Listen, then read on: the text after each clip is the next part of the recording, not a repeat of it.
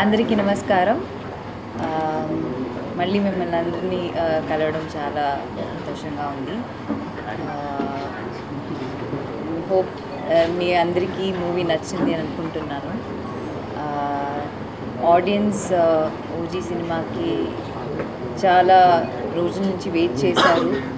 And ఇప్పుడు I think వాళ్ళందరూ చాలా ఎంజాయ్ చేస్తున్నారు థియేటర్లో.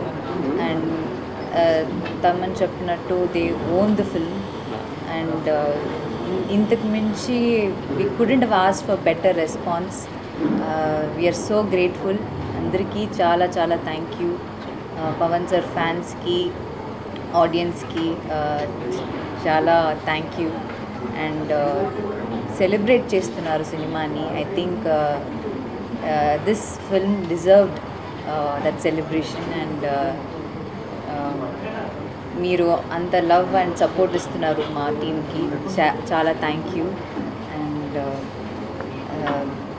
దానయ్య డివివి వాళ్ళతో సెకండ్ ఫిల్మ్ నేను అన్ని చోట్ల చెప్తున్నాను. But yeah, I'm happy that రెండు సినిమా కూడా ఇంత పెద్ద బ్లాక్ బస్టర్ అండ్ ఇది it's I'm so happy. And తమన్తో ఫస్ట్ టైం నేను వర్క్ చేస్తున్నాను. And it will be one of my best album in my career. And Sujit, thank you for giving me Kanmani and thank you for making me part of it. Pavan sir to work cheyadam nenu it's a blessing naaku. Ante I'm just so grateful and I'm so emotional right now. Thank you.